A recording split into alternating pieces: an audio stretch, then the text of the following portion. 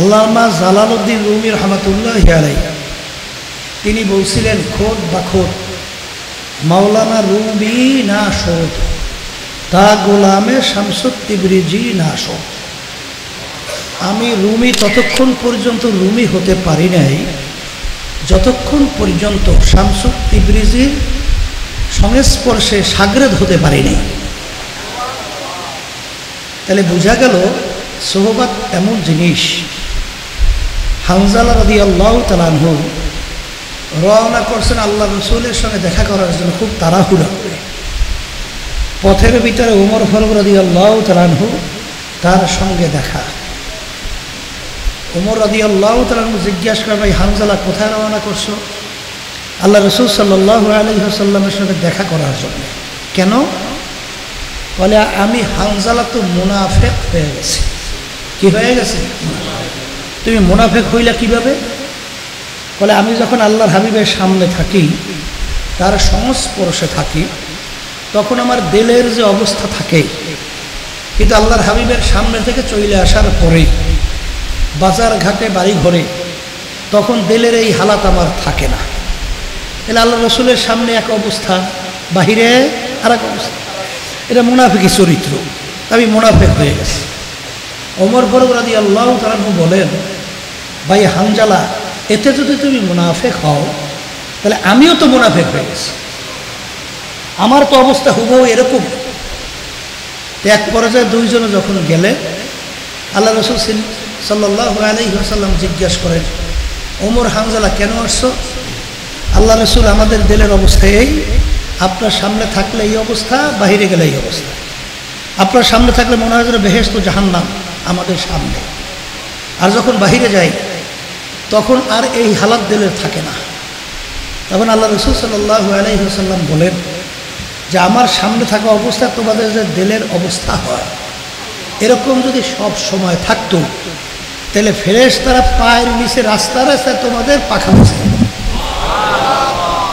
এই অবস্থা কোনো সময় থাকবেও না, আর কামনাও ঠিক না। কারণ দুনিয়ার কার্যক্রম তাও তো পরিচালনা করতে হবে, যেন বলেন কথা ঠিক না?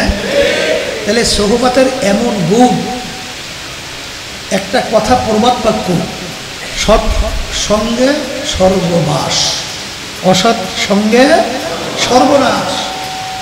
কেতাবের ভিতরে আসছে, তুমি খারাপ চরিত্রের একটা লোকের সঙ্গে দোস্তি বা বন্ধুত্ব তৈরি না করে গর্তের ভিতর থেকে একটা বিষাক্ত সাপের সঙ্গে তুমি বন্ধুত্ব তৈরি করো।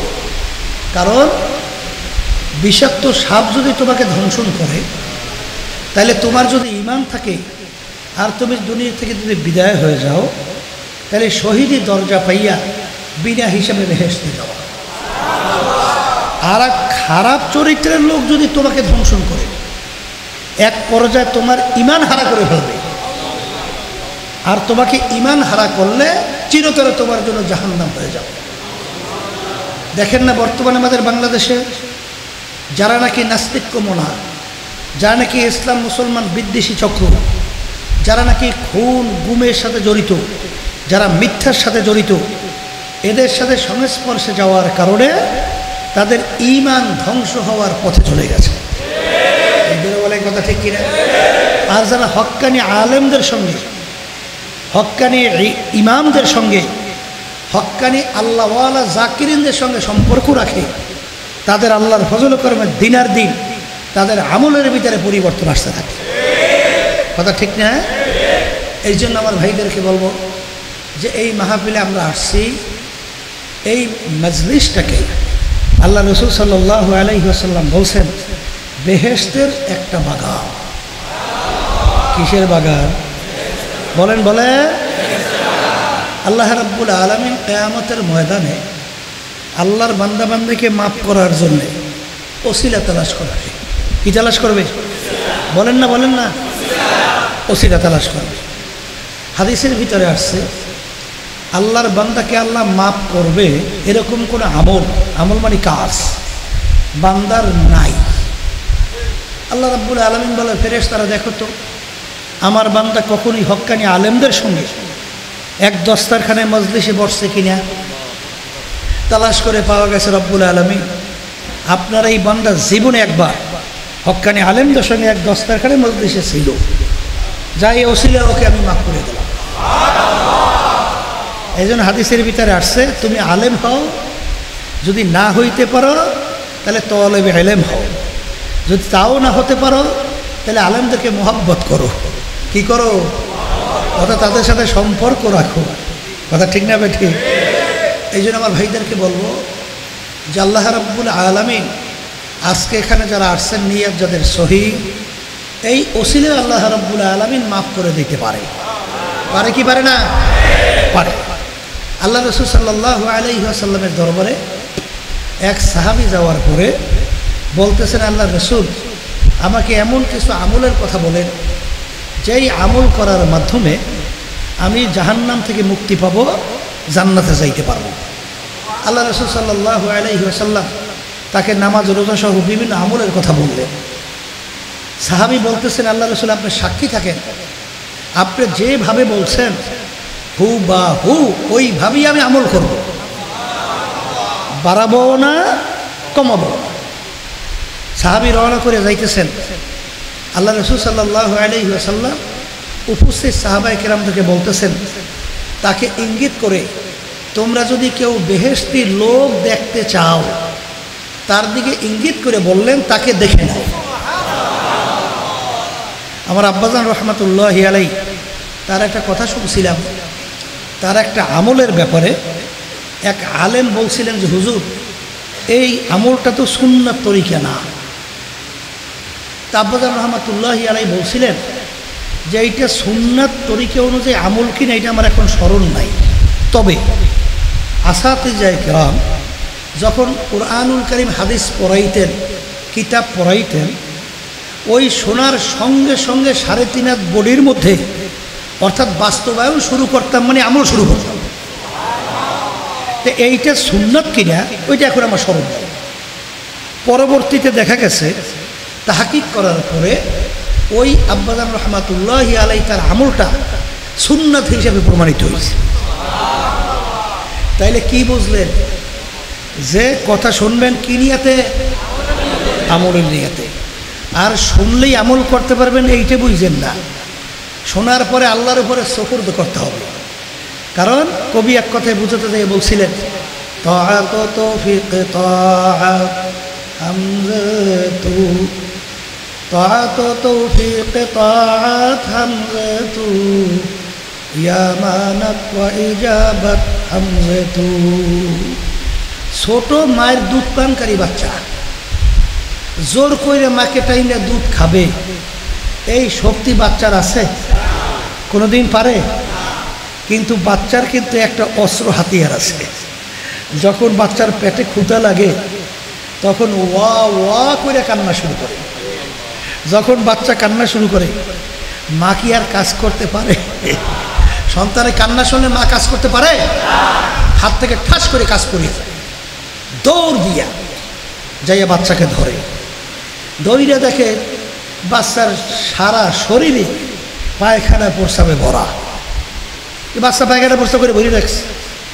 এখন এই পায়খানা প্রস্রাবে ভরা দেখা মা রাগ করে বাচ্চাকে আগুনে ফেলায়, পানিতে ঢিল মারিয়ে সরিয়ে দেয়, বরঞ্চ ধোয়াইয়া পোষাইয়া কোলে নেয়, আদর করে চুমা দেয়। তাই ঠিক এই আল্লাহর বান্দারা, আপনার আমার আমলের মাধ্যমে আল্লাহ পর্যন্ত পৌঁছা সম্ভব না। ইমাম গাজ্জালী রহমাতুল্লাহি আলাইহি লেখছেন, আমাদের এই তরিকার মুরব্বী রশিদ আহমদ গাঙ্গুহি রহমাতুল্লাহি আলাইহি বলছেন যে আল্লাহ এবং বন্দা বান্দির ভিতরে ৭০,০০০ নূরের পর্দা আছে। কত হাজার? এক একটা পর্দা পার হতে প্রায় ৫০০ বছরের সময় লাগে। কয় বছর? তাহলে একটা পর্দা পার হওয়া কোনো বন্দাবান্দির জন্য সম্ভব? কিন্তু যেই বন্দাবান্দির প্রতি আল্লাহর রহমতের নজর আসে, মুহূর্তের ভিতরে পর্দা পার হইয়া আল্লাহর সঙ্গে বন্দাবান্দি সাক্ষাৎ হয়।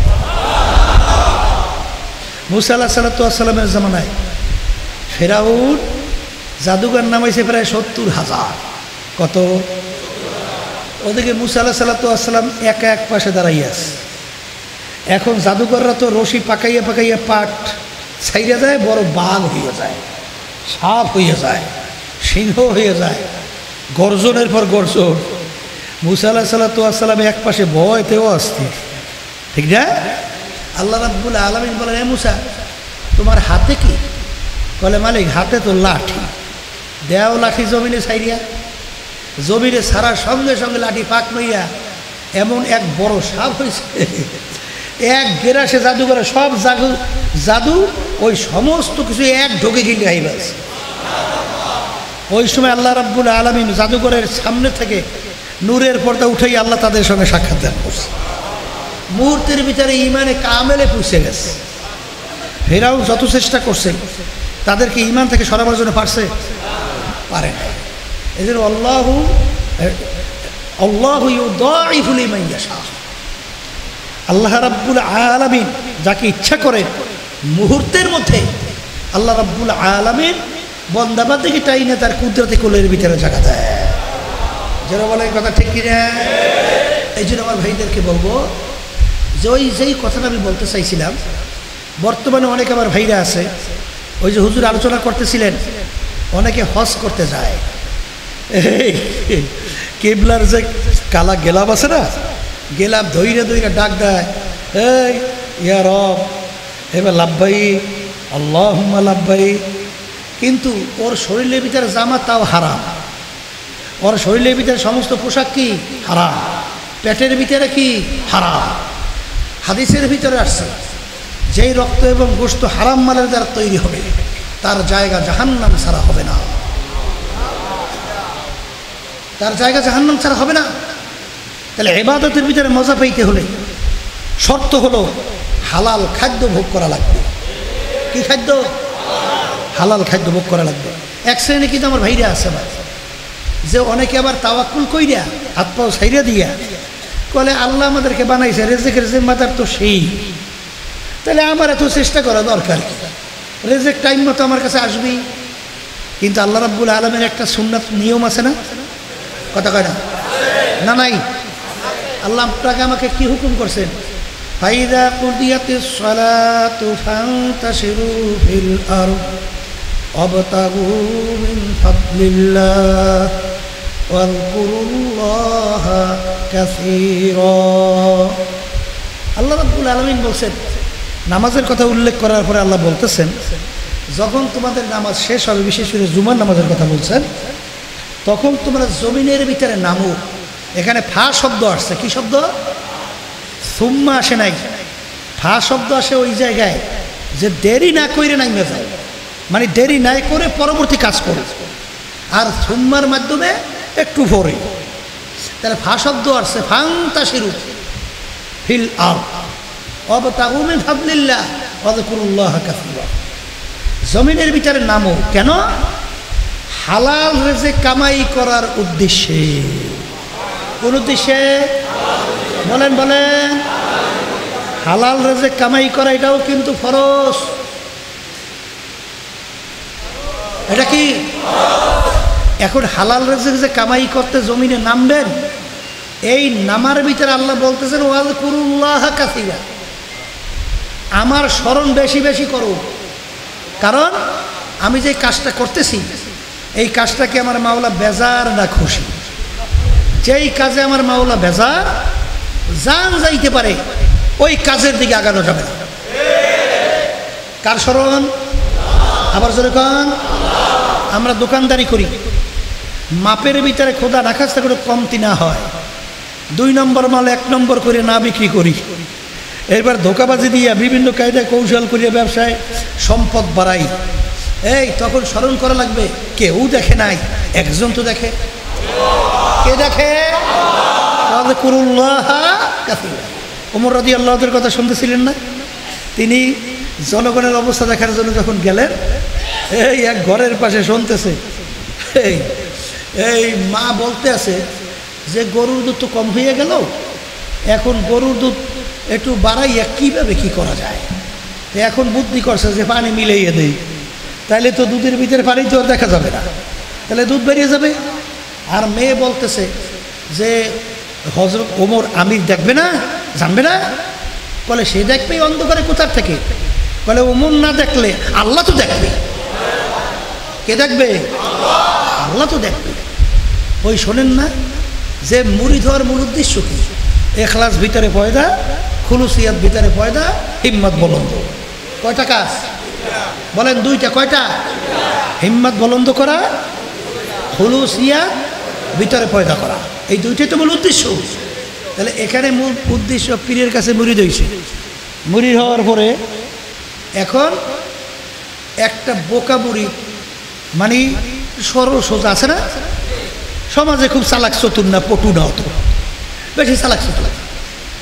এখন ওই মুরিদটাকে পীর সাহেব হুজুর খুব বেশি মহব্বত করে। অন্য অন্য মুরিদেরা বলতেছে ব্যাপার কি, হুজুর এই বোকাটাকে এত কেন মহব্বত করে? হুজুরের কানে যখন এই কথা পৌঁছলো তখন হুজুর বলতেছেন সমস্ত মুরিদদেরকে ডাক দিয়া একটা একটা জ্যান্ত মোরগ বা মুরগি হাতের ভিতরে ধরাইয়া দিয়েছে, আর একটা ছুরি হাতের ভিতরে দিয়েছে, দিয়া বলতেছে এমন জায়গায় যাইয়া মুরগি বা মোরগ জবাই করবা কেউ যেন দেখে না, কেউ যেন না দেখে। এখন মুরিদেরা হুজুরের কথা মানা লাগবে না? এখন মানার জন্য কেউ গভীর জঙ্গলে লোকালয়ের বাহিরে গোপনে মুরগি জবাই করছে, কেউ দেখে নাই। কেউ পাহাড়ের গর্তের ভিতরে মুরগি জবাই করছে, কেউ দেখে নাই। কেউ পানির ভিতরে ডুব দিয়ে মোরগ জবাই করছে, কেউ দেখে নাই। কেউ ঘরের ভিতরে একেবারে গোপনে মুরগি জবাই করছে, কেউ দেখে নাই। সবাই মুরগি বা মোরগ জবাই করে হুজুরের সামনে হাজির। কিন্তু ওই যে বোকা মুরিদ, সে জ্যান্ত মোরগ নিয়ে হুজুরের সামনে হাজির, মোরগ জবাই করে নেই। এখন অন্য অন্য মুরিদেরা বলতেছে দেখছো কত বড় একটা বোকা, সে হুজুরের কথাই তো মানল না। আমরা সবাই মুরগি বা মোরগ জবাই করে নিয়ে আসলাম, কিন্তু কেমন বোকা, ও তো হুজুরের কথাই মানল না, মোরগ তো জ্যান্ত নিয়ে আসছে। হুজুরের ধমক দিয়ে বলে এই বোকা, সবাই আমার কথা মানছে, তুই আমার কথা কেন মানলি না? তখন এমনিতেই তোর হুজুরের কথা মানতে পারে নাই, ভয়, চোখের থেকে পানি ভরে, শরীর থরথর করে কম্পন কাঁপতেছে। এখন কাঁপা কাঁপা সুরে বলে হুজুর আপনি এমন শর্ত লাগাইছেন। কি শর্ত? এমন জায়গায় যাইয়া মোরগ জবাই করবা কেউ যেন না দেখে। হুজুর আপনার কথা মানার জন্যে আমি ঠিক মতো ঘুমাতেও পারি নাই, আমি ঠিক মতো খাইতেও পারি নাই। হুজুর এমন কোনো আমার জানা জায়গা নাই গোপন যেখানে আমি যাই নাই, কিন্তু যখন আমি গোপনে মোরগ জবাই করা শুরু করি দেখি দুনিয়ার কোনো মানুষ দেখে না, কোনো মাখলুকাত কেউ দেখে না, কিন্তু আমি দেখাইয়া তাকাইয়া দেখি আমার মাওলা আমার দিকে চাইয়া আছে। হুজুর আপনি শর্ত লাগাইছেন এমন জায়গায় মোরগ জবাই করবা কেউ যেন না দেখে। হুজুর এই জন্য আমি জবাই করতে পারি নাই, দেখি আমার মালিক আমার দিকে তাকাইয়া আছে। তখন হুজুর বলতেছেন হে মুরিদেরা বুঝছ এই বোকা মুরিদটাকে আমি এত কেন মহব্বত করি, এখন বুঝতে পারছো কিনা? বাজান আমরা ওয়ামতাগু ওয়া ফাযকুরুল্লাহ ওয়াযকুরুল্লাহ কাসীরা। বাজান দুনিয়ার ভিতরে সমস্ত কাজ আমরা করব, সংসার আদি করব, ব্যবসা বাণিজ্য করব, সবই করব, কিন্তু সবসময় খেয়াল রাখা লাগবে কেউ দুনিয়ার না দেখলো আমার মাওলা তো আমার দিকে তাকাইয়া আছে।